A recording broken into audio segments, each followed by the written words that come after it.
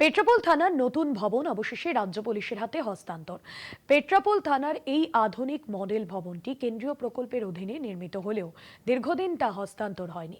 সোমবার রাজ্যের খাদ্য ও সমবায় দফতরের মন্ত্রী অশোক কীর্তনিয়া, রাজ্য পুলিশের এডিজি আইপিএস রাজেশ সি এবং আইজি বারাসাত অমিত পি জওয়ালগি এবং এসপি বনগা বিদিশা কলিতা দাশগুপ্তের উপস্থিতিতে আনুষ্ঠানিকভাবে ভবনটি পুলিশের হাতে তুলে দেওয়া হয়।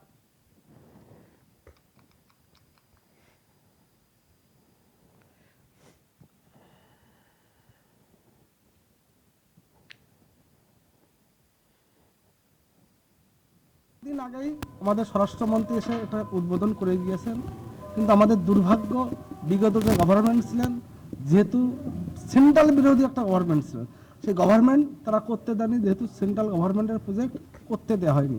আজকে ভালো লাগছে এখানে চেয়ারম্যান এসেছেন, এলপিআই ম্যানেজার যিনি চেয়ারম্যান অল ইন্ডিয়ার, তিনি এসেছেন। এখানকার যিনি চেয়ারম্যান আছেন শাহনিজি আছেন, পুলিশের আধিকারিকবৃন্দ, এসপি আছেন, সবাই মিলে একটা ভালো পরিবেশ, যেটা একটা মানে দিশা দেখাবে পশ্চিমবঙ্গ পুলিশ স্টেশন, পুলিশ জগতে যে এত ভালো একটা মানে থানা হতে পারে, যেটা আমরা কল্পনা করতাম না।